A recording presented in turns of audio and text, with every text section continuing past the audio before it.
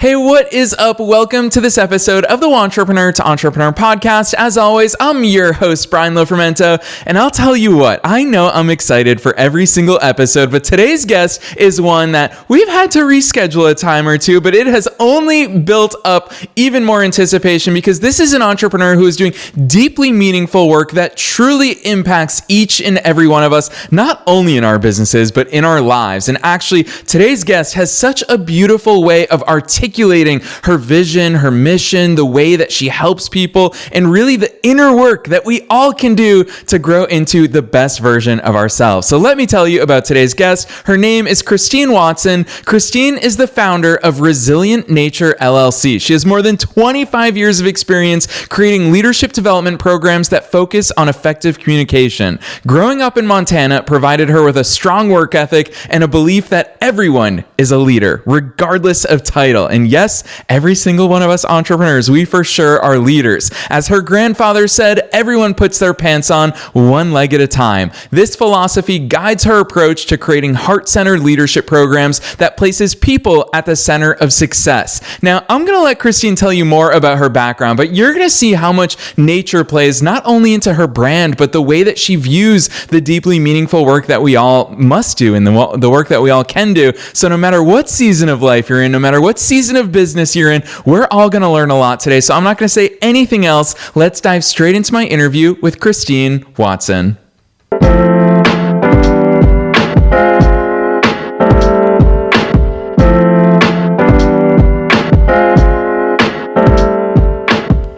All right, Christine, I'm so grateful that you're joining us here today. First things first, welcome to the show.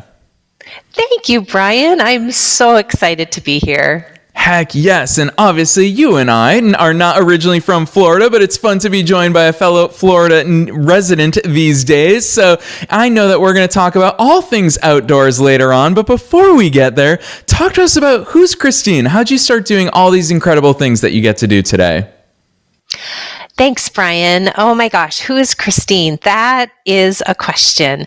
So it's really been in the last probably just few years, 5 to 10 years, that I've realized the role that nature has really played shaping me as a human. And that plays into all of my leadership development programs, communication.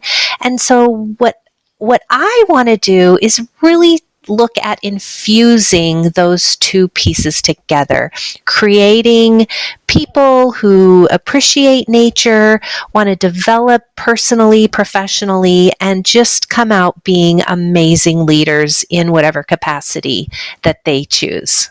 Yeah, I love that overview. It shines so much in everything that you put into the world, Christine, but it also, as someone who's obsessed with language and the way that we use words, I always like starting out with definitions because these are big words. We throw them around a lot in the world of entrepreneurship, societally. Let's dissect leadership. Clearly, it's played such a big role in your life. What is leadership to you?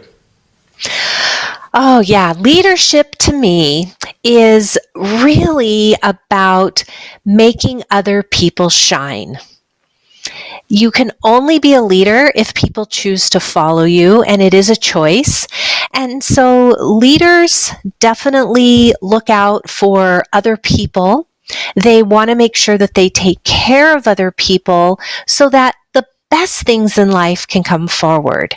So when we think about leadership, it's really about how do I share my gifts so that others can elevate and do the best work that they can do.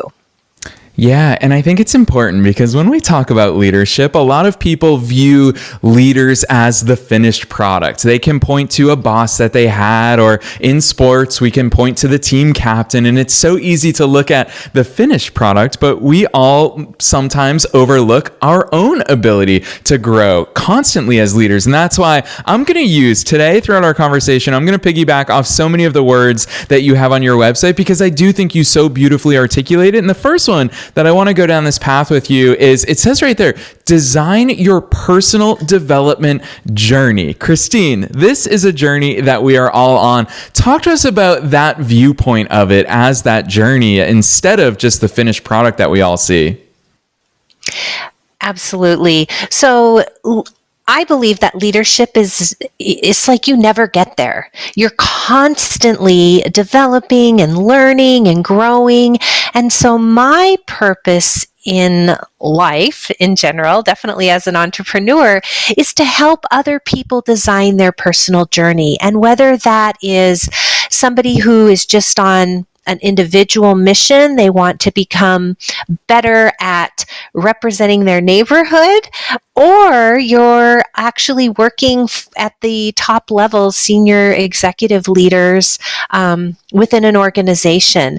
My sweet spot is really about helping kind of newer enroll leaders find their role, their space, and they're definitely on a journey because they've been really successful at something enough to catch the eye of the hiring manager, and they ultimately get promoted. But now their journey changes to suddenly becoming one who supports others and gets the work done through other people.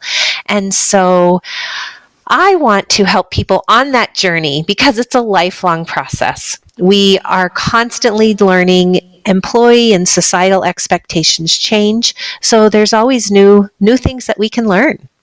Yeah, I've always found it interesting, Christine. The more that I think about leadership and the way that we societally have it is that when you excel in a role, let's use the example of an employee. If I'm a really good employee and I get promoted to the boss, the supervisor, the shift lead, whatever it may be, it's so fascinating to me that someone who was good at the thing, at being a practitioner, is now promoted to a position where you need a whole different set of skills. However good you are as a practitioner no longer matters because leadership is its own set of skills. Talk to us about that dynamic, because for a lot of entrepreneurs, what I find, Christine, is that they think, oh, if I love web designing or if I love social media, let me go start a web design or a social media agency. And they view themselves as that practitioner, but you're no longer the practitioner. You're a leader of people, whether it's your team, your clients, whatever it may be. Talk to us about that dynamic, because I've always found it fascinating.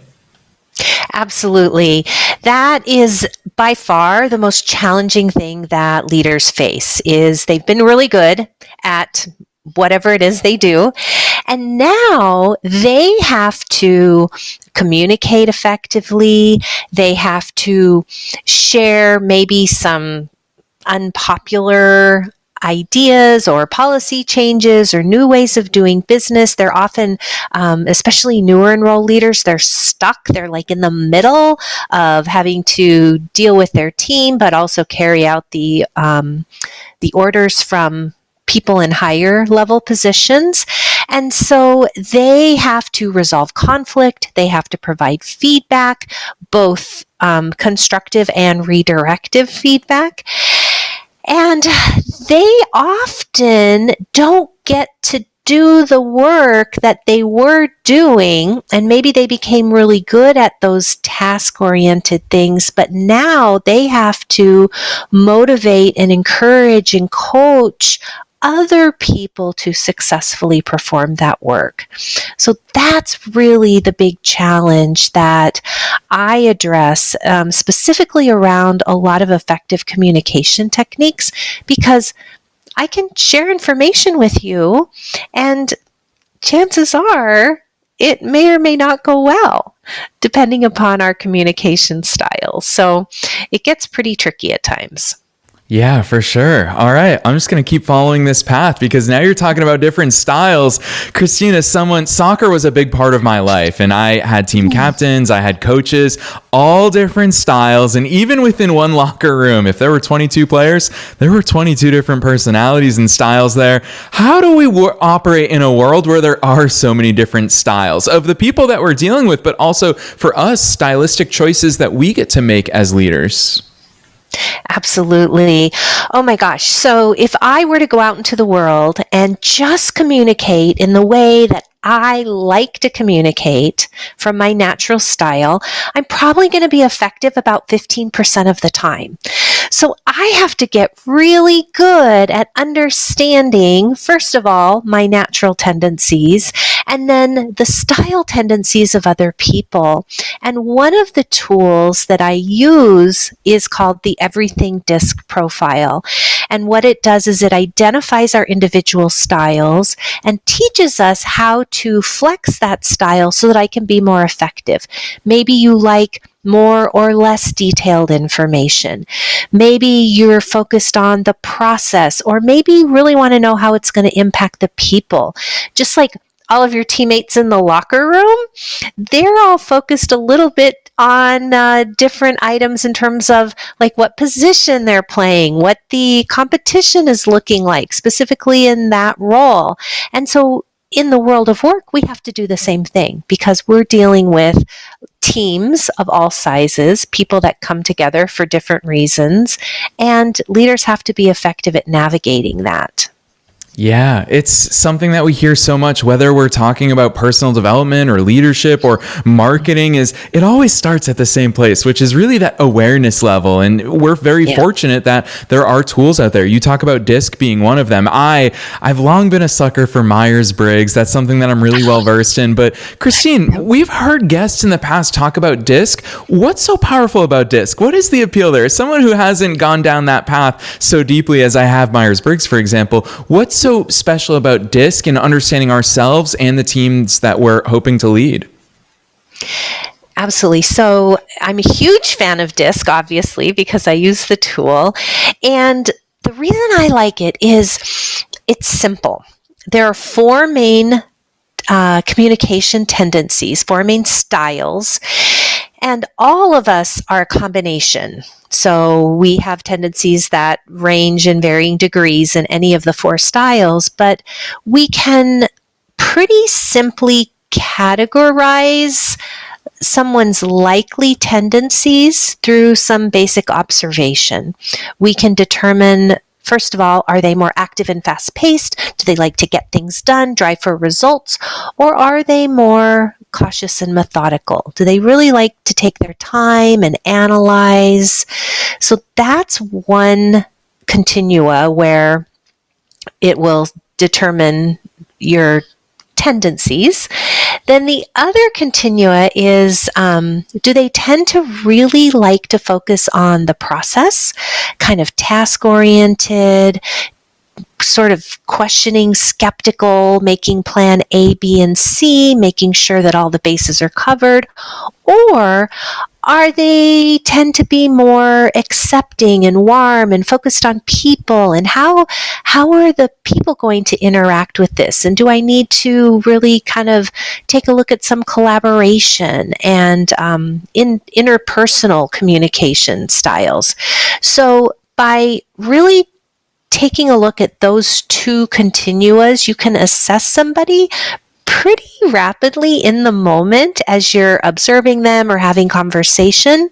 And then it's simply a matter of sort of meeting them where they're at. If they are more methodical and calm, maybe taking a pause after presenting some information or not asking them to respond on the spot could be exceptionally effective. Yeah, Christine, it's so enjoyable hearing you talk about DISC as an example, but really what we're talking about is understanding, is finding that level of empathy and sympathy as far as people who are like us, but people who aren't like us, and taking that time to really appreciate the differences there. But I'm going to call out one of our similarities, Christine, because most listeners can't see us right now, but for the ones who are catching us on YouTube, obviously you and I are smiling a lot throughout this conversation. You and I have joy as one of our commonalities.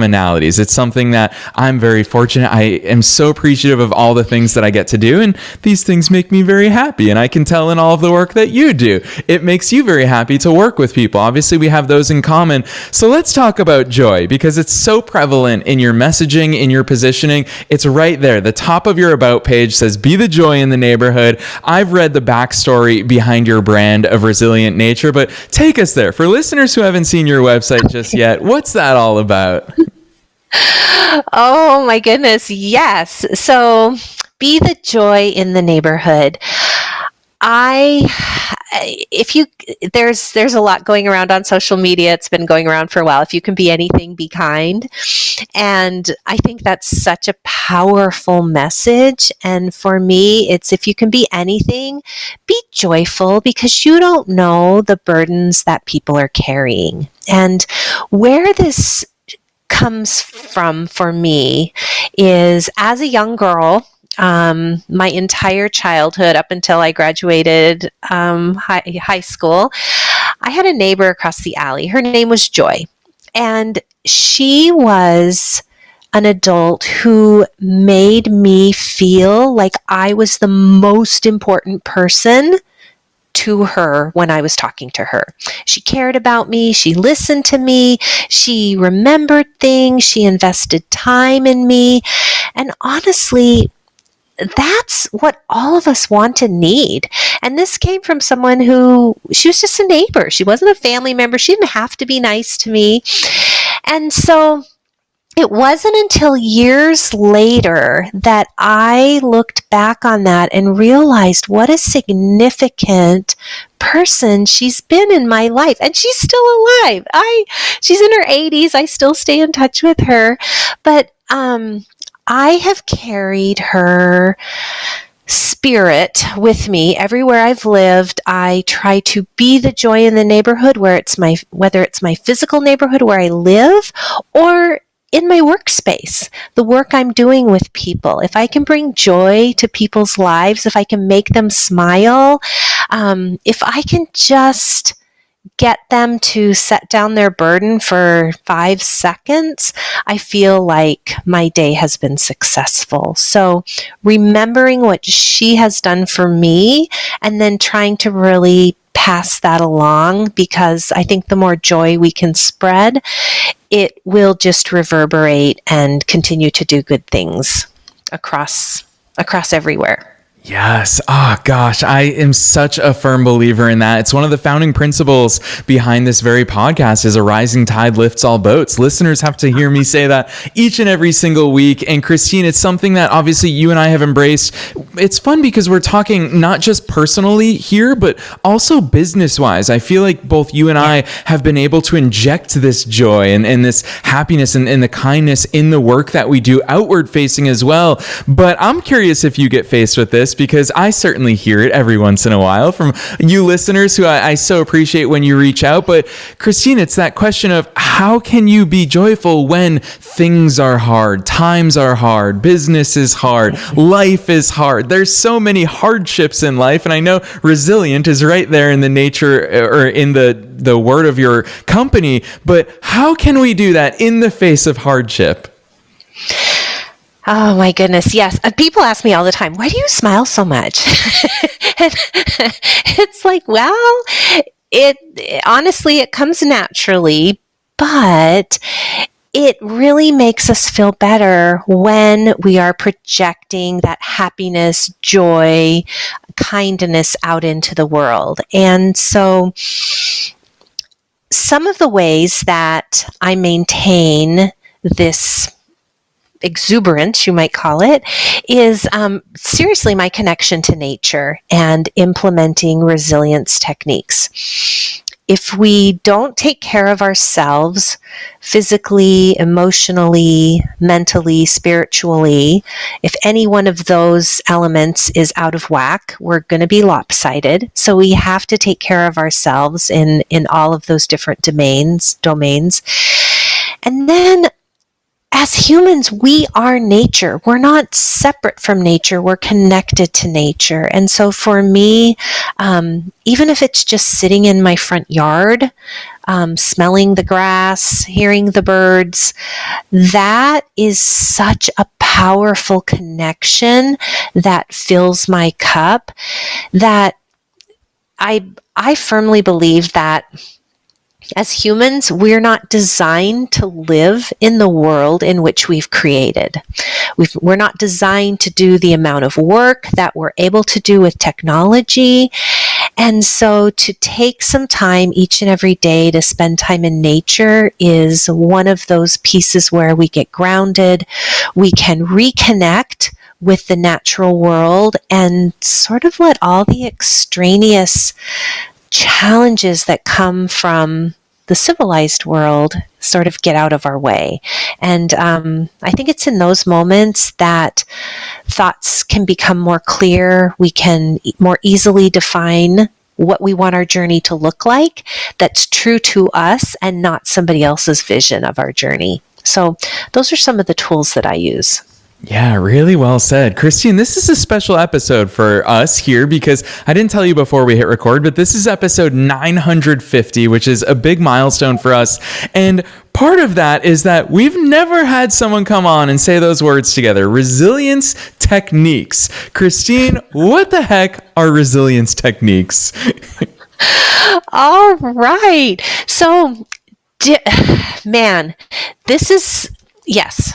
Where do I even start? So resilience techniques, it can be something as simple as, let's say that you're confronted with a disruption. You're driving down the road and somebody, you get into a fender bender. There's no like physical implications. Your car has a crushed fender, so now it has to go to the body shop. So we're all okay. However, we can react in a variety of ways. And a resilience technique that I like to use is we have choices.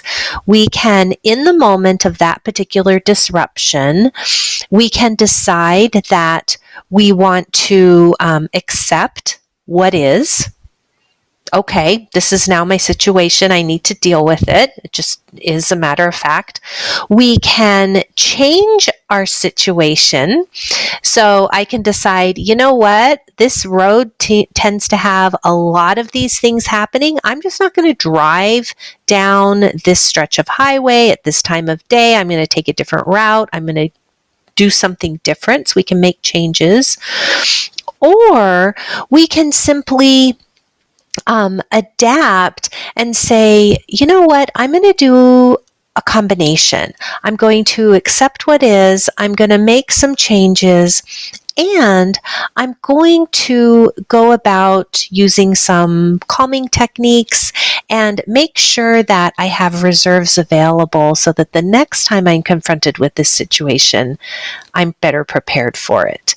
So first of all, recognizing kind of what our go-to tendencies are and asking, does that work for me? And if not, what might some other options be? Yeah, it's funny. As a podcast host, I always just think about what the listeners are thinking because I wish they could jump into this conversation in real time. But listeners, I hope I'm doing you justice here because Christine, hearing you talk about these things, one thing, and actually I want to push back a little bit on something you said earlier because you said that joy comes a little more natural to you and smiling comes a little more natural to you. It's something that I hear all the time. And the older that I get, the more I appreciate that very few things come naturally. All of them come through reps.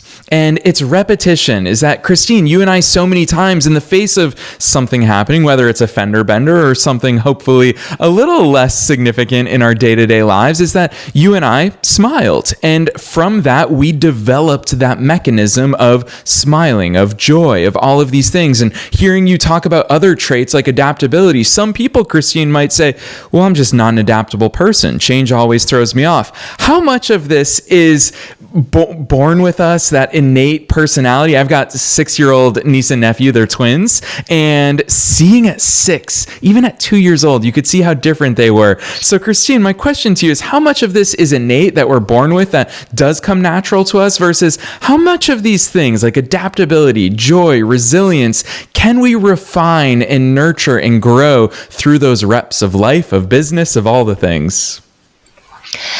Yeah. Oh my gosh. So I didn't go to medical school, so I'm not sure about the how much is innate and what we develop. But the one thing I do know is that we can develop resilience. We can learn to do those kinds of things that help us live happier, healthier, more connected lives. And I've done some research with different resilience classes that I've trained, and we've measured people's resilience levels on a scale before they took the session, and then 12 weeks later, we've measured it at the end of the session. And overall, they've shown improvements of anywhere from 10 to 20% increase in their resilience levels. So it's been clearly studied and documented that when we practice and do those reps, as you say, that we are able to make changes. Now, for some of us, it might come easier or it might be more difficult. Like if you're going to ask me to become a computer analyst, that's going to be very challenging for me. So we definitely have natural tendencies, but we do have the ability as humans to practice and repeat and practice again and continue to build those important relationships. So I'm a firm believer in humanity's resilience. Yes, gosh, I love that message, Christine. Especially, it resonates so deeply for me. The 3 words that have guided me through life, it's something that my mom said to me as a kid, and she continues to say to this day, is anything is possible. I remember being a little kid, and I would look out the car window as we were driving through the suburbs of Boston, and I would see this mansion, and I would say, oh my gosh, look at this person's house. I come from an immigrant family. That was like so foreign to me to see that lavish lifestyle. My mom said, it's just a normal person. It's just someone like you. Anything is possible. And it's something that followed me, and hearing that example of a computer analyst. Some people might say, Christine, I'm where I am in my career journey. I can't, it's a word that bothers me, I can't make that shift. But what I'm hearing from you today is we so can, even if it's these big topics of resilience, of adaptability. So Christine, I really appreciate your message. And part of it that I know goes into your work is obviously you being able to get at that stuff, this I can't attitude, the barriers that hold us back as leaders, as people. Talk to us about your ability to get there with people, because listening is obviously a core part of your quote unquote job, but how do you get at this stuff? How do you discover what's actually holding people back? Oh, yes. So it's amazing how often people just want to be heard. So listening is a huge piece of it, but it's listening with intent. And I would never approach someone and claim to have the answers or know what they should do, know which route they should take. My role in the work that I do is to simply have some tools, a very, very solid, extensive background in tools and techniques that work, that help people discover for themselves how to develop resilience, create leadership tendencies. And so I think my superpower, if I were to call it that, is just my ability to connect and build relationships with people. Because once you have established that, and the person or the people that you're working with trust you and feel like you really are there for them, that's when the real transformation can begin to happen. Because, I mean, let's face it, we live in a terribly skeptical, negative world. I mean, if you watch any kind of news or consume that material on a daily basis, you're inundated. So being able to show people that I am willing to listen, I've got some resources, and hey, look, I might not be everybody's cup of tea. People do it differently. So if you're looking for that kind of connection, that I call it heart-centered leadership, where you really want to dig in and figure out what's going to work for each person. That's the secret. I don't have the end-all be-all answer on how to be a leader, because I think it's different for everyone. So I help people get there on their own journey. Yeah, and to that point, Christine, and to your point of all of us doing things differently and delivering our services and our products very differently, part of what I think that makes you so different is the ways in which you deliver that. I saw it. It's one of the first things that stood out to us behind the scenes when we reached out to have you on the show is right there on your offerings, forest bathing, join me for a walk, schedule a group or private experience. Talk to us about some of those unique ways that you deliver these experiences to your clients. Yeah. So forest bathing, oh my goodness, this, I guess I've been forest bathing my whole life, but I just didn't know it. It comes from the Japanese culture. Back in the 1980s, the Japanese discovered that their people were getting sick. They were having all of these different maladies, high blood pressure, stroke. They even had increased levels of suicide. And it was during a time when Japan was experiencing intense industrialization. All the people were moving out of the countryside into cities, and hence they were lacking their daily connection with nature. The Japanese Ministry of Health kind of did a bunch of research and studies into it, and they found that when we spend time in nature, because that's how we've lived our millions of years we've been on the planet, our heart rate lowers, we have lower levels of cortisol, trees actually emit what are called phytoncides, which are cancer-fighting cells. And so when you take people out of the natural environment, they don't have those health benefits. And so forest bathing is the loose translation of the Japanese practice called Shinrin-yoku. And so I have always known that I feel better, think better, respond better to everything when I spend time outdoors. And just this past year, I went through a certification with the Association of Forest Therapy Guides. And basically, I take people out on nature walks where we call it a slow wander.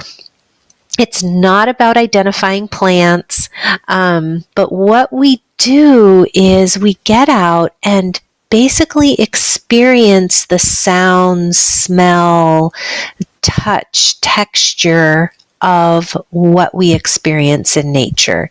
We slow down. It's almost like mindfulness, walking mindfulness in nature, paying attention. And what people report at the end of these nature walks is an incredible sense of calm, less anxiety. I even had a participant share with me several weeks after the walk that she was able to really focus in on some personal concerns she was having, which led her to quit her job and start a brand new career in a different area because she was able to get clarity of mind just by slowing down. And so those are some of the benefits that forest bathing, it also goes by the name of forest therapy, but you can do it in your yard, and anyone can do this, but I have been trained to basically lead people through the process, and it really can be life transforming to give you that time and space to experience just being mindful. And when we clear all the clutter out of our brains, it gives us space to think. Yeah, really well said. I so appreciate those insights, Christine. Even hearing you talk about these things, you and I are very fortunate to live in a state with some really cool state parks and a lot of interesting wildlife to accompany us on these long walks. So even just hearing you talk about it really replenishes the soul because it's something that we can all relate back to. Obviously, you and I live in cities here in the great state, the Sunshine State. But even with that said, I so appreciate getting out into nature. And I think it's something that I know for me is imperative. I am an extreme extrovert. I love being in cities. I love being around people, but you need to unplug. You need to get away from it all and into nature. So really love those insights there. And I will say that overall, this episode has just inspired me personally. And I know for so many listeners that will get to tune into our conversation today to do this inner work, because as much as we're talking about leading others, so much of the work that you've guided us through today focuses on understanding ourselves and investing in our own personal development. So Christine, I knew we'd be short on time today. Listeners, we are going to be inviting Christine back for an Action Saturday. So total spoiler alert there. But Christine, before we let you go today, I always love asking this question at the end of episodes because you're also one of us. You are also a fellow entrepreneur, growing your business, servicing your clients, which is incredible, the work that you do and the impact that you have, especially with these real life examples. So with all of that in mind, what's your one piece of advice, the one takeaway, knowing that listeners are at all different stages of their personal journeys, their business journeys? What's that one thing that you want to impart on them? So I think your mom had fabulous advice. Is that, and now I'm going to say this wrong, but when you said that earlier, it really resonated with me, is that you can be anything. Isn't that what she said? Anything is possible. Anything is possible. Okay, so anything is possible, and never give up. I have had times on my journey when I've said to myself, what the heck are you doing? You are passionate about this and you think this is great, but nobody else cares. And then the phone will ring, or I'll have a conversation, I'll get an email, something will happen, and out of the blue, people are like, oh my gosh, I'm so glad I found you. So my one piece of advice is you can be anything, you can do anything, and don't give up. Just keep after it. It's a lot of work, but it will pay off. Yes, gosh, that cannot be said often enough. It is hard. Listeners, you heard it from Christine here personally today. It's in the name of her business, Resilient Nature. This stuff, it's meant to be hard. There is no easy way. For so many people who maybe tune into a business podcast and hope to hear kind of that golden pill that's going to take them to success, there is no magic pill. It is hard. We have to do the work. Christine, you've been such a shining example and inspiration for all of us there today. And I've teased your website quite a few times. I think it's so incredible the way you articulate things, the way you display things. So for listeners who want to go deeper down your journey, and actually before I kick it your way, Christine, because I know you're humble, I'm going to talk about this for you, is that I think it's incredible. Right on your homepage, you have so many calls to actions as to the way that you can help people. They can book a complimentary consultation, a 30-minute call with you. They can pay right there and go really in depth and get their own personal resilience profile, understand their everything disc profile. There's so many ways that you help people. So that's me teasing it for you, Christine, but you drop those links on us. Where should listeners go from here? Awesome. Thank you. So my website is myresilientnature.com. You can find me on Instagram at resilient.nature.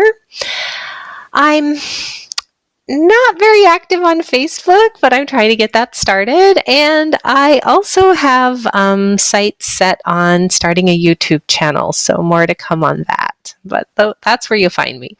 Yes, listeners, you already know the drill. We're making it as easy as possible for you to find Christine's links, no matter where it is that you're tuning into today's episode. Find the show notes down below. You'll find a direct link to myresilientnature.com. You can click right on through. We're also linking to Christine's personal LinkedIn if you want to have her in your network. And if you want to join me in peer pressuring her to indeed start that YouTube channel, don't be shy in adding an amazing entrepreneur to your network. So Christine, on behalf of myself and all the listeners worldwide, thanks so much for joining us on the show today. Thank you, Brian. It's been awesome.